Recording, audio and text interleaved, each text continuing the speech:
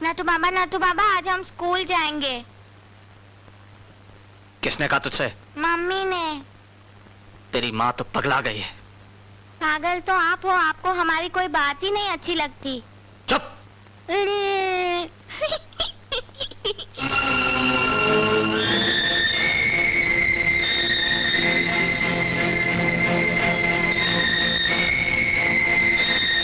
बाबू, मंजू क्या अब स्कूल जाएगी? पढ़ाना तो चाहिए ना बाबा। बाबू तुम कब बड़े होगे आखिर? कब समझ आएगी तुम्हें? स्कूल में बाप का नाम लिखवाना पड़ता है। तो इसमें घबराने की कौन सी बात है? आपने तो हमें डरा ही दिया था। अरे बाप का नाम लिखवाना पड़ता है तो लिखवा देंगे। क्या? क्या लिखवा दोगे? उसके बाप का नाम? वो हमारी बेटी है। नहीं, उसकी माँ की दुनिया में माँ का नाम चलता है और वो मोहिनी बाई की बेटी है। वो हमारी और मोहिनी की बेटी है, मोहिनी बाई की नहीं। और वो अपनी माँ की दुनिया में पैदा नहीं हुई, अपने बाप की दुनिया में पैदा हुई है, जहां उसके बाप का नाम चलता है। एक बात सुन लो बाबू, तुम्हारे नाम पर तुम्हारा कोई अधिकार नहीं। वो तुम्हारे पुरखों की अमानत है और इस अमानत में खयानत करने का तुम्हें कोई हक नहीं।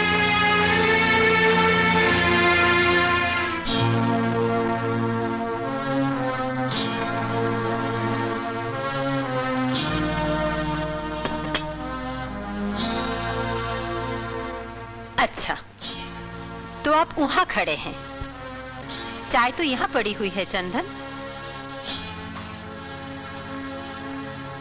ये तुम्हारे हाथ में क्या है? मंजू के दाखिले का फॉर्म।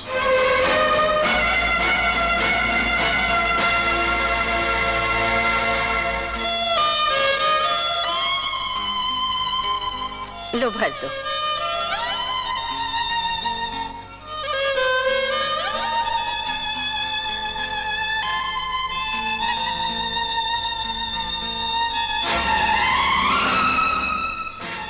ये क्या लिख दिया आपने?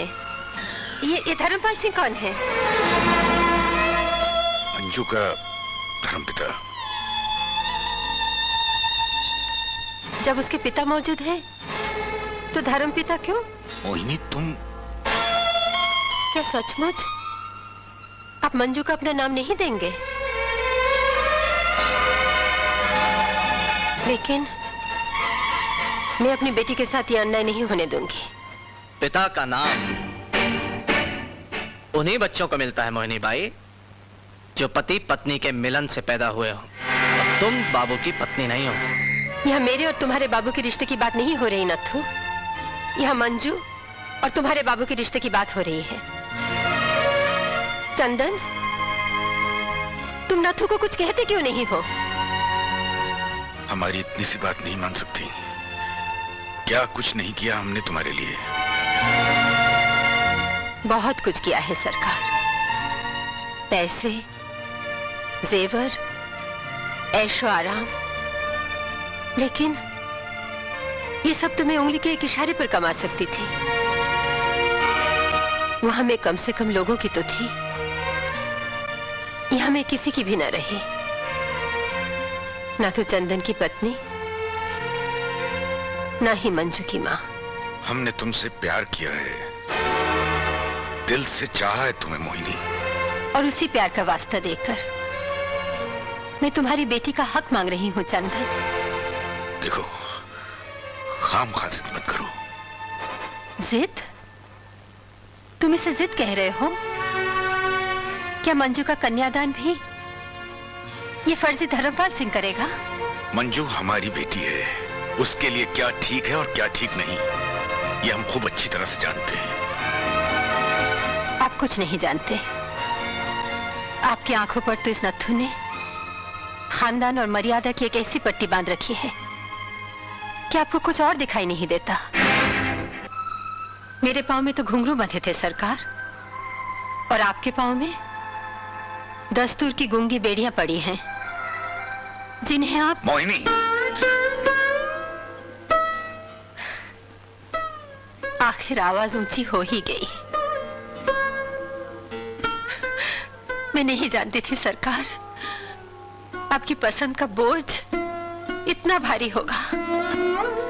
जिस आदमी को अपने औलाद से ज्यादा अपने खानदान का दस्तूर प्यारा हो, ऐसे आदमी के पास मैं अपने बच्ची को एक पल के लिए भी नहीं छोड़ सकती। मैं अपनी बेटी को इस नर्क में नहीं पलने दूंगी। मैं ले जा रही हूँ अपनी मंजू को। मोहिनी, हमें समझने की कोशिश करो।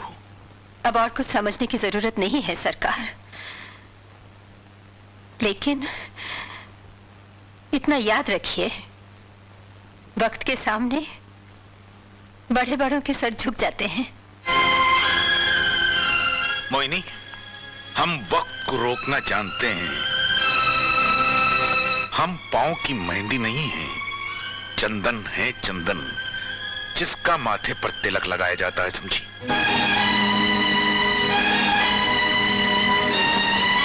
और इस तरह मैं अपनी मंजू को उस नर्क से निकाल कर ले तो आई, लेकिन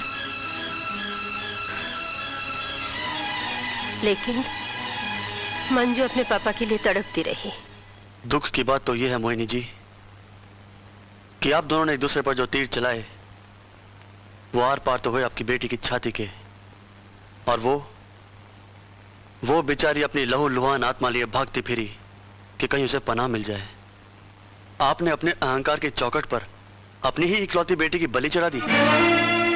सवाल मेरे अहंकार का नहीं था वीरू, सवाल था मंजू के अधिकार का। मैं तो कैसे भी जी लेती, लेकिन मंजू को अपने पिता का नाम मिलना ही चाहिए था। मगर आपने जो रास्ता अपनाया, क्या वो सही था? चंदन को झुकाने के लिए आपने मंजू को कोठे पर नचवाया, उसके चेहरे को आवारा गंदी निगाहों के लिए खेल का मैदान बनाया। क्या वो सब ठीक था? तुम ये समाज को नहीं जानते वीरू। यहाँ सर उठाकर जीने के लिए बाप का नाम बहुत जरूरी है। तुम ही बताओ, अगर मंजू अपने बाप का नाम नहीं बता पाती तो क्या कहलाती वो? यही बात मैंने चंदन को समझाने की बहुत कोशिश की, लेकिन उसने मेरी एक ना सुनी। आपका कहना भी ठीक है, लेकिन आपने अगर मंजू को पूरी सच्चाई बताई होती तो ना ही उसे नींद में चलने की बीमारी लगती और ना ही वो अपने बाप की कातिल बनती। आप मेरा यकीन क्यों नहीं करते एसपी साहब? ना ही मैं कभी चंदन विला में गई हूँ और ना ही कभी चंदन सेठ से मिली थी। अब जिसने भी आपसे कहा है वो